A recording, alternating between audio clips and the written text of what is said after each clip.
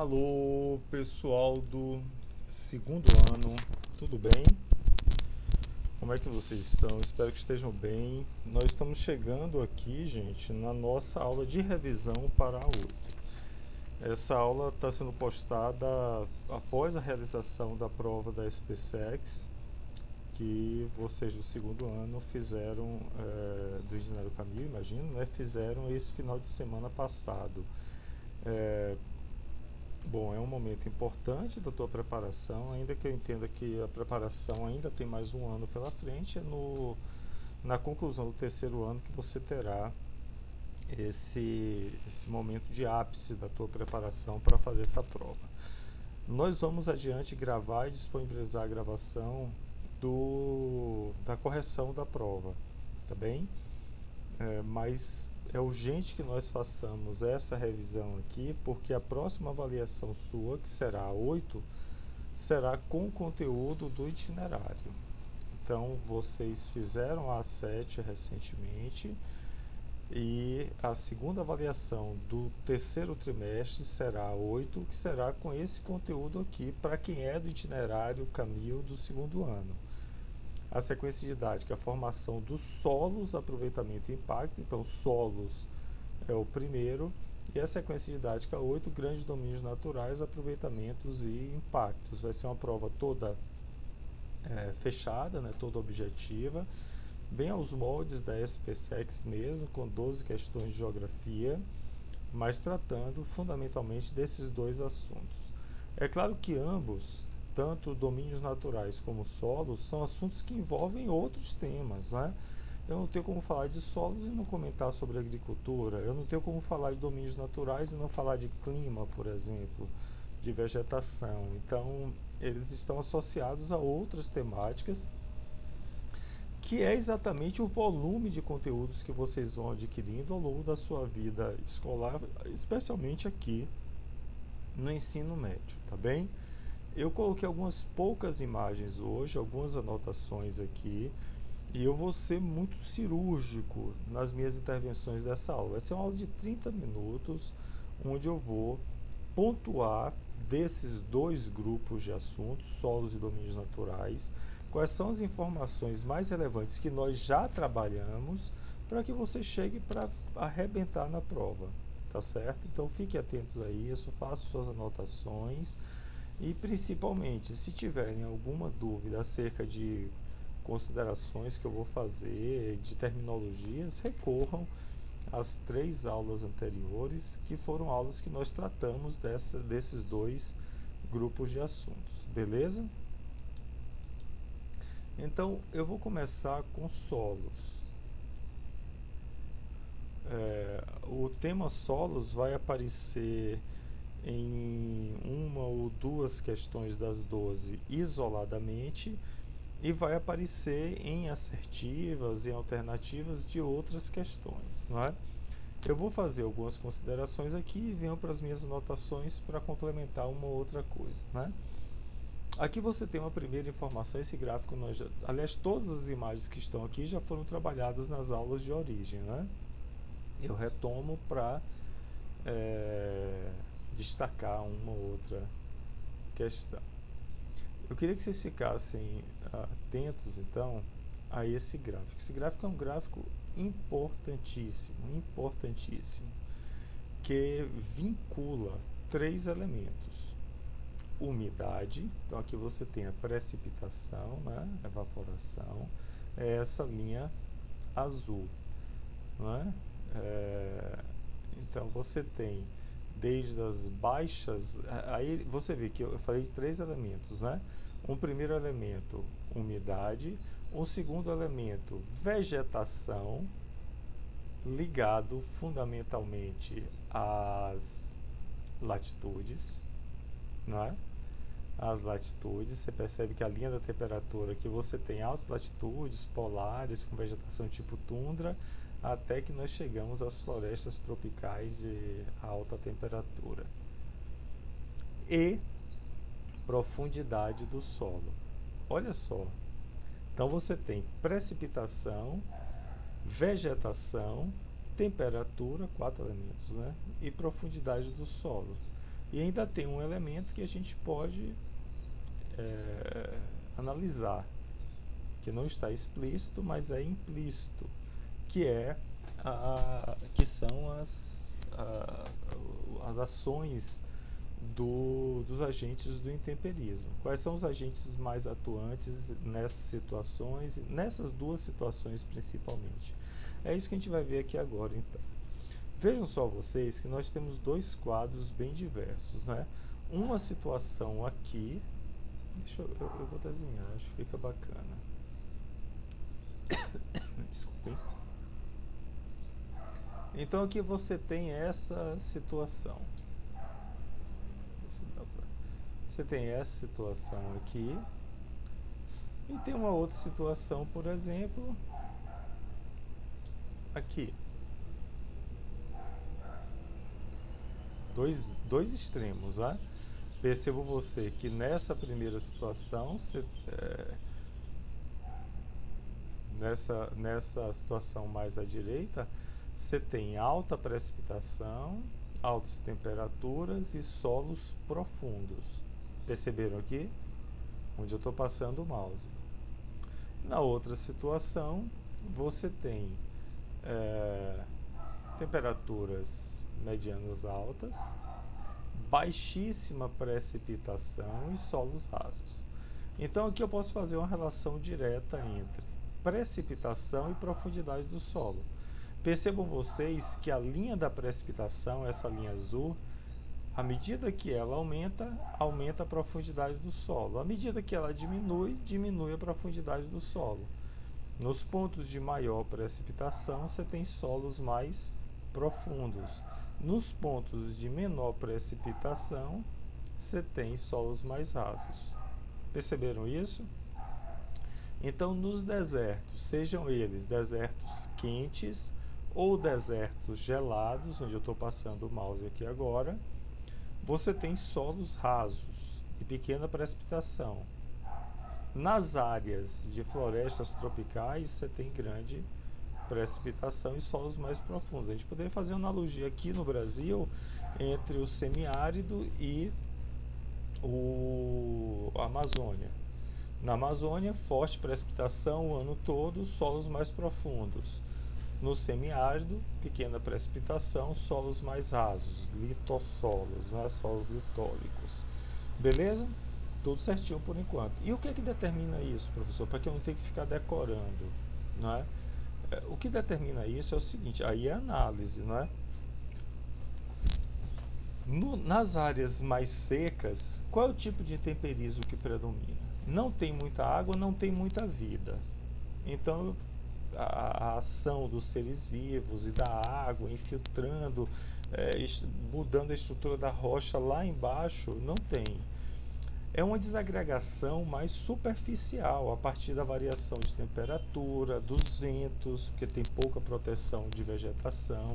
Então, nessas áreas mais secas, sejam elas quentes ou geladas, você tem o predomínio do intemperismo físico, da ação mecânica de ventos, da variação de temperatura. E por isso desagrega superficialmente a rocha, formando solos mais rasos. Ao passo que nas áreas mais úmidas, com muita água, com muita vida, a água infiltra no solo e vai mudando a estrutura da rocha lá embaixo. É uma ação química. Então, nas áreas mais úmidas, intemperismo químico, solos mais profundos. Nas áreas mais rasas, intemperismo físico, solos mais rasos. Eu estou falando de predominância, viu, gente? Predominância. Professor, então quer dizer que nas áreas mais úmidas eu tenho solos mais férteis? Não necessariamente. Por exemplo, no semiárido brasileiro, você tem projetos, isso vai estar na tua prova, de fruticultura irrigada. Lá no Vale do São Francisco, no sertão nordestino, a partir do uso da irrigação, você consegue produzir uva, melancia, manga, melão para exportação de altíssimo padrão, não é? Então, bastou ter colocado algo que você pode ter essa possibilidade. Isso aí vai estar na tua prova, inclusive, não é? E o solo amazônico, foi o que eu falei aqui, que é essa situação, apesar de fato ser um solo profundo, é um solo muito ácido e com poucos nutrientes, porque como tem muita umidade, ele é um solo sujeito a lixiviação, é uma palavra que vai estar lá. O que é lixiviação? Lixiviação é lavagem de solo. O solo fica encharcado e os sais minerais são levados para os horizontes inferiores, acabando com a fertilidade. Então, o solo amazônico, apesar da abundância da vegetação, não é um solo necessariamente fértil, porque com muita umidade ele está sujeito ao processo de lixiviação, tá certo? Bem interessante isso, bem importante. Já estou ticando aqui, né, algumas coisas que, quando eu falei da irrigação, a lixiviação é um processo erosivo, não é isso? Derivado da ação humana. Tem um processo erosivo também nessas regiões áridas e semiáridas, que é o processo de salinização do solo. Se você fizer uma irrigação que não seja absolutamente controlada, né, com muita técnica, você joga água numa área de grande evaporação, a água evapora e os sais ficam sobre a superfície, salinizando o solo, fazendo uma crosta salina que praticamente inviabiliza o uso. Então, a salinização é um processo antrópico, erosivo, que é ruim para o solo, que acontece nas áreas áridas, predominantemente. E a lixiviação é um processo erosivo de lavagem do solo que acontece nas áreas úmidas. Então, nós já ticamos aí dois importantes temas que vão pintar na tua prova. Beleza? Vamos passar aqui para ver o próximo slide. Esse slide é bem bacaninha, que são os principais tipos de solos do Brasil, né? Olha aqui o imenso solo amazônico que eu falei, não é? Solo lixiviado sobre floresta. Nós comentamos, olha aqui a região do Bruno não cálcio, que é o solo da Caatinga, um litossolo, solo muito novo, raso, né? E predominantemente no Brasil nós temos os latossolos, né? Deixa eu chamar a atenção para algo que acontece aqui em Porto Alegre, que eu comentei, desculpa, em Porto Alegre não, no Rio Grande do Sul, que eu comentei na aula e vou chamar a atenção aqui mais uma vez. Nessa região acontece um processo de, o pessoal chama de desertificação. Não é desertificação no sentido de baixa umidade não, que a umidade aqui é alta. O nosso clima subtropical é um clima subtropical úmido. Na verdade, é uma formação de desertos de areia, né? O que era solo de pradarias, né? Foi mal utilizado, e aí a derivação não é de anomalia climática, não é nada disso não, pelo amor de Deus, não cai nessa armadilha. O que acontece aqui no sul do Brasil foi o uso inadequado, o manejo inadequado do solo pela exploração agropecuária, que levou à formação desses areais, levando à morte do solo, porque no areal não se planta nada, não é? Você detonou com horizonte arável, com horizonte A, tá bem? Então, também fruto de um processo erosivo derivado, repito, do manejo, do uso do solo pelo homem. Bem importante isso, viu? Aí na região dos Pampas. Vamos adiante, então. Deixa eu falar só de uma outra coisa aqui para finalizar solos, né? É a última informação. Vocês estão percebendo que o tipo de solo predominante, desculpem, no Brasil é o latossolo, não é? Alguns, inclusive, bem famosos, como a Terra Roxa, aqui no interior de São Paulo, por onde se expandiu a lavoura cafeeira. O latossolo é um solo profundo e aqui no Cerrado brasileiro, por conta da grande variação de umidade entre o verão e o inverno, nós sabemos disso, moramos aqui em Brasília, no inverno agora muito seco, mas aí quando vai chegando o verão começa a cair chuva. Essa semana já deve começar a chover, né? Aqui nessa região do Planalto Central brasileiro. Isso faz com que esse solo seja muito ácido. O solo do Cerrado é um solo ácido e acreditava-se que ele era um solo inviável para a agricultura porque era um solo ácido e com pouca ou nenhuma fertilidade. Só que se descobriu o seguinte: se você corrigir a acidez, você torna esse solo produtivo. E o processo de correção da acidez é você colocar algum elemento básico no solo. Qual foi o elemento que a Embrapa, que nós utilizamos aqui no Brasil? Foi o cal. Isso se chama calagem. Então vai aparecer esse termo, eu já tinha trabalhado com ele. O que é calagem? É você colocar cal, que é um elemento básico, no solo ácido para controlar o pH e, consequentemente, tornar esse solo produtivo. Originalmente, o solo no centro do território brasileiro é um solo pouco fértil, um solo profundo, maduro, é um latossolo, mas pouco fértil, porque é um solo ácido. Se você corrige a acidez, você tem a possibilidade da utilização. Não é à toa que a partir da década de 70, quando houve essa correção, houve uma forte expansão da agricultura comercial pelo centro do território brasileiro. Eu acho que isso está em outra questão, se eu não me engano. Por quê? A partir da década de 70, com a expansão da agricultura comercial, você detonou com o cerrado, não é?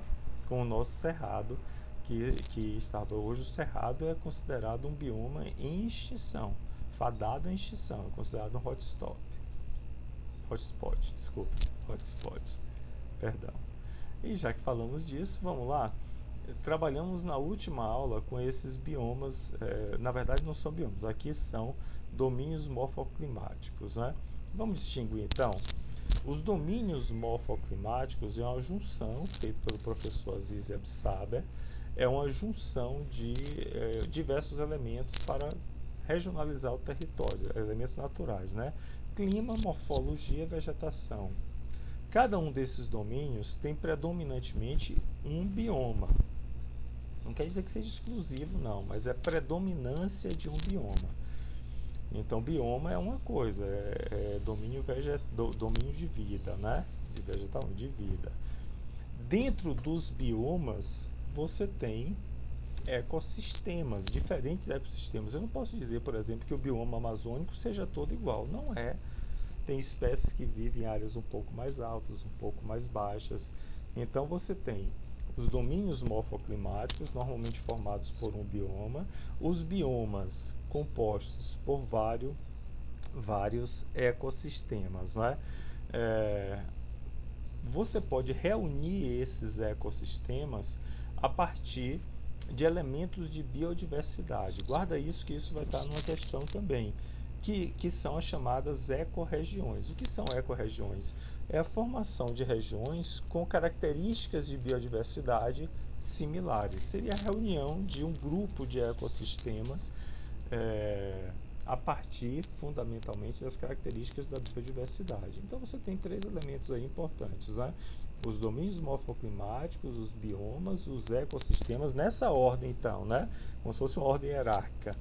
E a junção de ecossistemas a partir de características de biodiversidade, você forma as chamadas ecorregiões. Bem importante isso, viu? Vamos falar um pouquinho de cada uma delas aqui, de cada um desses aqui, tá certo? Principalmente a partir do foco aqui na prova, né? Eu vou ficar bem atento a isso aqui. Primeiro, então, eu vou falar dos dois mais devastados, né? Aqui no domínio morfoclimático, chamados mares de morros por quê? Porque são morros arredondados, né? Já foram áreas altas, mas aí por conta do forte temperismo foram sendo arredondados, intemperizados, meteorizados, rebaixados, né? Nessa região dos mares de morros predomina a Mata Atlântica, ou melhor dizer, predominava a Mata Atlântica, que foi devastada. Por que foi devastada? Aqui se estendeu, desde o período colonial, o nosso processo de ocupação do território e de urbanização, né? Então, não é por um acaso que você teve a vegetação desse domínio fortemente devastada, né? Hoje, menos de 10% da Mata Atlântica resiste em áreas de preservação ambiental. Porque, por mais que o Brasil seja muito agressivo em relação à sua vegetação original, Há sim políticas públicas de preservação. Ah, pessoal, mas não é fiscalizado, não tem respeito, tem muito desmatamento, tem muito queimado. Tudo isso eu concordo, é verdade. Mas existem sim políticas públicas que prevêem a preservação, né? Inclusive a criação de áreas de preservação permanente, não pode fazer nada, é só preservar. Outras que são áreas de preservação, mas que você pode ter algum outro uso, como usos sustentáveis, né? Como o turismo, por exemplo, né? Mas o fato é que a Mata Atlântica foi fortemente, vou até ticar aqui, foi fortemente devastada, né? Deixa eu ver se aparece do Cerrado, porque o Cerrado, que nós já falamos há pouco, foi outro também, especialmente a partir da década de 70, com a expansão da agricultura comercial. Oi, oi, oi, você lembra do que foi feito no solo? A calagem, né? Que corrigiu a acidez dos latossolos aqui do Planalto Central. Com essa nova possibilidade, houve uma forte expansão da, de lavouras monocultoras, como soja, por exemplo, algodão, milho, que são monoculturas voltadas para exportação, chamado agronegócio, né? E devastou o Cerrado. Se você sai de carro aqui de Brasília e viaja para Goiânia, vai para Pirinópolis, vai para o oeste da Bahia, tem um momento que você não vê mais cerrado. Você olha para o horizonte, é só plantação, só pastagem, quer que seja, né? Bom, aqui tem o domínio da Caatinga, que nós já falamos, né? Eu chamo a atenção de algumas palavrinhas que vão aparecer. Por exemplo, a vegetação da Caatinga é uma vegetação xerófila, uma vegetação que se adapta a baixa umidade, não é?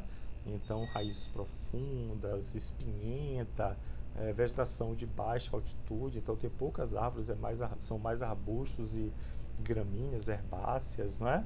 Tá certo? Reservatórios de água, essa é uma marca da vegetação herbácea. Aqui no Cerrado nós temos também marcas muito especiais, como por exemplo, a gente sabe disso, nós moramos aqui em Brasília, a vegetação é decídua ou caducifólia, ela perde a folhagem durante a estação seca, parece que está morto, você olha para a janela, parece que a árvore morreu, não tem uma folha, na verdade está vivinha ali, basta a primeira chuva para voltar a florescer. O nome dessa vegetação que perde a folhagem é a vegetação decídua ou caducifólia. Lembra de caduco, né? Caducifólia. Qual é o oposto disso, professor? Qual é aquela vegetação como a amazônica que tem folhagem o ano todo, está verde o ano todo, porque tem muita umidade? Aí é a vegetação perene, tá bem? É a vegetação perene. Nessas áreas de maior umidade, a vegetação é perene e são folhas bem largas, né? Chamadas latifoliadas, que aumenta bastante a evapotranspiração. Nas áreas mais frias, olha, já estou aqui nas araucárias. Nas áreas mais frias, ao contrário, eles têm a folhagem mais pontiaguda, é uma folhagem chamada aciculifoliada, né? Quer ver outra diferença entre a mata de araucárias aqui no sul do Brasil e a mata amazônica, ou mesmo a mata atlântica? Na mata amazônica e na mata atlântica se tem grande biodiversidade, não é? Grande biodiversidade, uma vegetação densa, fechada, árvores de várias altitudes. Aqui nas araucárias, eu imagino que alguns de vocês já moraram lá no sul do Brasil, a vegetação é mais homogênea, não é? Não tem tanta diversidade de vegetais, a vegetação é mais esparsa, tá bem? Então são algumas características que diferenciam. As duas são florestas, né? Com formações arborais de árvores, mas aqui em Araucária a vegetação é homogênea, aciculifoliada, perene também. Ao passo que na Amazônia e na Mata Atlântica você tem uma vegetação mais densa, heterogênea, latifoliada principalmente, tá certo? Palavrinhas importantes, viu, galera? Palavrinhas que vão pintar nas tuas avaliações, né? Já que nós falamos da Amazônia, vale chamar a atenção que a Amazônia tem algumas características climáticas que são decisivas para a vegetação, não é? Diga aí algumas características do clima amazônico, por exemplo, que todos nós sabemos. Umidade tem? Tem, o ano todo. Temperatura, oscila muito a temperatura aqui? Não. Praticamente não tem diferença entre inverno e verão. Tem pequena amplitude térmica. O que é amplitude térmica? É a diferença entre os meses mais frios e os meses mais quentes, né? Quanto mais distante do Equador, maior a amplitude térmica. Então, aqui nas araucárias, aqui nos pampas, você tem grande amplitude térmica. O mês frio é muito frio, o mês quente é muito quente. Na Amazônia, não. Na Amazônia, pequena amplitude térmica, está bem próximo do Equador, umidade o ano todo e pequena variação de temperatura. São características do clima que está em relação com a vegetação, beleza? Bacana, bacana. Deixa eu falar uma coisa. Sobre esses domínios, eu gostaria de tratar, e na aula específica eu falei sobre isso, de algumas faixas de transição, não é? Então eu vou chamar a atenção aqui, vou até desenhar, vou chamar a atenção para duas delas. Essa região aqui, que é a região das matas dos cocais. Você percebe que é uma área de transição entre a Caatinga, o Cerrado e a Amazônia. A Caatinga e a Amazônia predominantemente, não é? E é uma área onde você tem muitas palmáceas, não é? É uma área onde você tem Buriti, Carnaúba, Babaçu. É uma região importante, fica aqui entre o Maranhão e o Piauí, tá bem? É uma área de transição. O que são as áreas de transição? Desculpe a redundância, mas são áreas de transição entre dois ou mais domínios morfoclimáticos e que têm características e espécies de vários deles. A mais importante, sem dúvida, é essa daqui. O que é isso daqui, professor? Diz para mim. Que área de transição é essa? É a maior planície alagadiça do mundo, apesar de ser o menor bioma brasileiro. Olha que curioso. Menor bioma brasileiro, mas maior planície alagadiça do mundo. É o Pantanal Mato Grossense, né?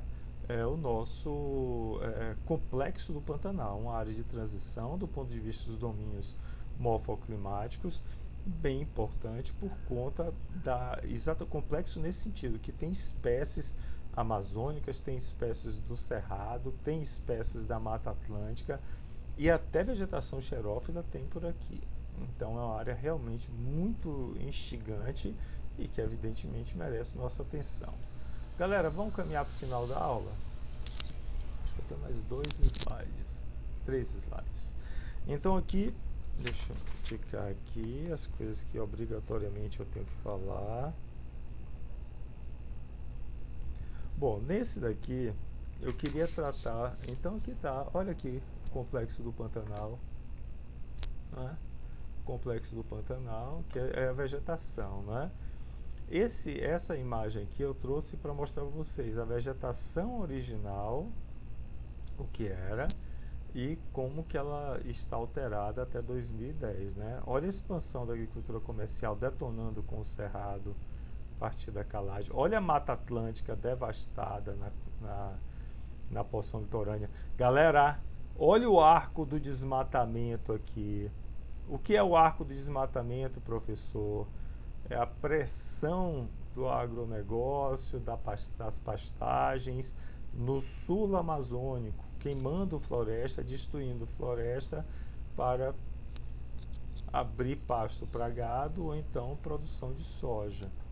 Super perigoso isso, porque altera o clima não só no Brasil, mas tem impacto no clima mundial. Bem importante, esse deve ser um dos temas. Professor, mas não tem políticas públicas para conter isso? Eu repito, existem políticas públicas, especialmente a criação de áreas de preservação. A política pública existe, mas existe também um forte discurso desenvolvimentista que acaba pressionando as áreas de preservação em nome do crescimento econômico, da expansão do agronegócio, não é? Um dos principais argumentos ambientais para manter a floresta em pé é que ela, vocês já estudaram isso em ambiental, ela consome o gás, o carbono, não é? Ela retém carbono. Então, quem possui muitas florestas tem crédito de carbono. O Brasil tem imensa floresta amazônica, a maior massa verde do mundo. Então, quando você expõe essa massa verde ao desmatamento, você vai perdendo essa capacidade de reter carbono. Galera, todas essas coisas que eu estou falando aqui vão pintar na tua prova, tá certo? Gostaria que vocês ficassem bem atentos a isso. A última imagem é essa, bem conhecida nossa, né? Nós trabalhamos cada um desses domínios. Desculpa, vou colocar aqui em cima. Que é dos principais biomas terrestres. Né?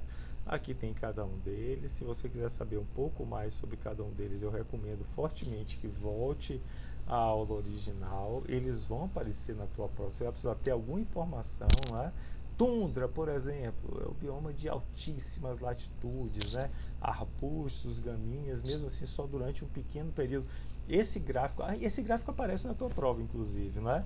Olha que bacana. Então, baixíssimas temperaturas, você tem a tundra, né? Altas temperaturas aqui pode ser com baixa precipitação, aí são os desertos. Olha o deserto aqui, esse vermelhinho. Baixa precipitação, quase nenhuma precipitação e alta temperatura. Ou as florestas tropicais, tá vendo? Alta temperatura e grande precipitação. Muito bacaninha esse mapa. Aqui você tem a floresta de coníferas, que é a chamada floresta boreal ou taiga. Tá aqui embaixo, ó. A floresta de coníferas é a mesma coisa que taiga, não é? Que é uma floresta muito parecida ali com a nossa araucária, né? Homogênea, como vocês estão vendo aqui, espaçada. Olha a diferença dessa floresta para essa daqui, da floresta boreal de coníferas ou taiga para a floresta tropical equatorial. Lembra que eu falei? Aqui é heterogêneo, emaranhado, denso. Aqui não, aqui mais espaçado, não é? Tá certo? São características diferentes. Vamos fechar a aula? Eu acho que aqui praticamente já. Aqui são o último slide, efetivamente são os hotspots, né? Que são as áreas de grande biodiversidade que estão fadados à extinção por conta da ação antrópica. No caso do Brasil, chama muito a atenção os dois hotspots brasileiros, a Mata Atlântica e o Cerrado. A Mata Atlântica vinculada à ocupação colonial do espaço litorâneo e o Cerrado vinculado à expansão do agronegócio, especialmente a partir da década de 70, com a calagem e com a ocupação do agronegócio do centro do território brasileiro. Beleza? Galera, beijo, joguem duro, boa prova. Bacana ter estado com vocês aqui virtualmente ao longo desse ano. Penso que os nossos próximos encontros devam ser no presencial. Vai ser uma alegria conhecê-los. Espero que todos já vacinados, pelo menos a primeira dose, e com muita segurança principalmente. Beijo grande. Tchau, tchau.